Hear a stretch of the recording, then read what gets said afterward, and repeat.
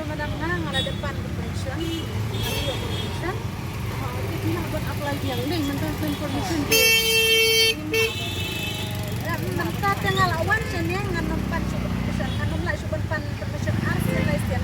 Ngala depan sisin, tan sisin ngala pan apakah larang apan alasin ngan pan le ayu kata permission man kapor baligi ayang aga permission baligi ay pan yang ada gajing permission sepangga skim itu surang nah kalian juga ngamla ban prianya kata ngalawan ngan syong dengan sa dengan ne lok kapan permission botin one progress ni ngala depan bikin air na yang bisi ngam yo re ya ga permission ni claim ay kin na yang bisi claim ay permission pimla ban syong kin claim permission itu Madam naga dia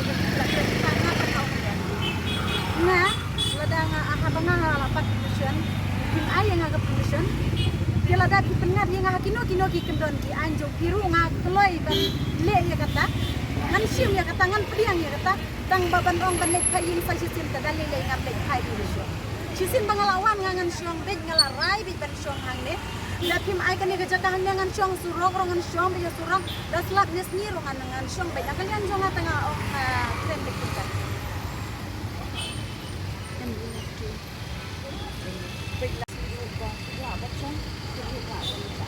em đã kim xe kim lệ cụ yang hang nong nor ngan le tang babanong ban lek yin tanga ban lek su yin ngala wan te kan syong bej ngan sa ban function dia bisi uklam ai dia balik lam ai balik ai ka ban function na uklam ai na malbak kata ba pila head office te ban kata dia jadi bawa pada ini di sini berada nanti indah ini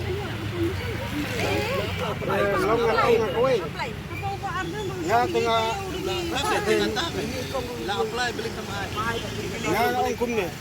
Lada 4 ay makna kita ke permission bansong bansa hangde. Te review biang ya kato ka application ba panikong. Te ay biang ya kato ka permission si i. Enjo bansong hangde. Ban pensanga ini ikong te kata ta kamot. Kabay lagam ay ka application. Kamot dari ka responsibility sa office. Bagiwan hangde. Bagiwan hangde.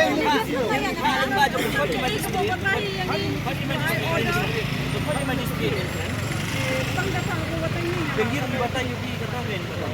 Mo, kada ila apply ka permission mo kada ka failure ka administration, balay ka misplace ka application. Where is the application?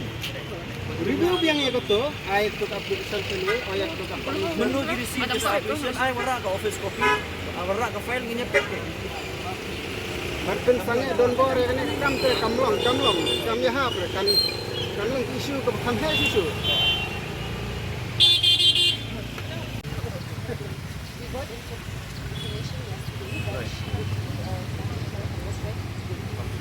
So we had also issued a letter today that that she is not allowed.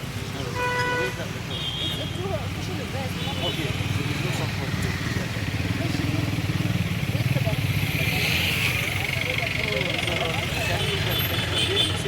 On what grounds has she been denied?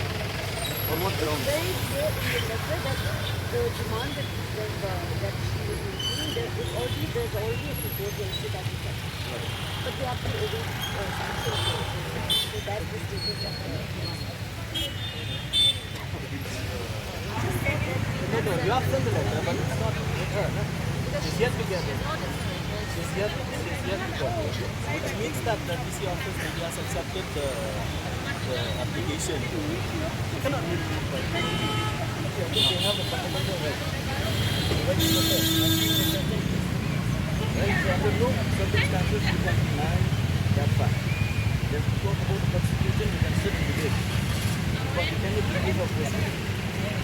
Every person, we have just finished our voting. I believe that every person has the right to protest, has the right to demand.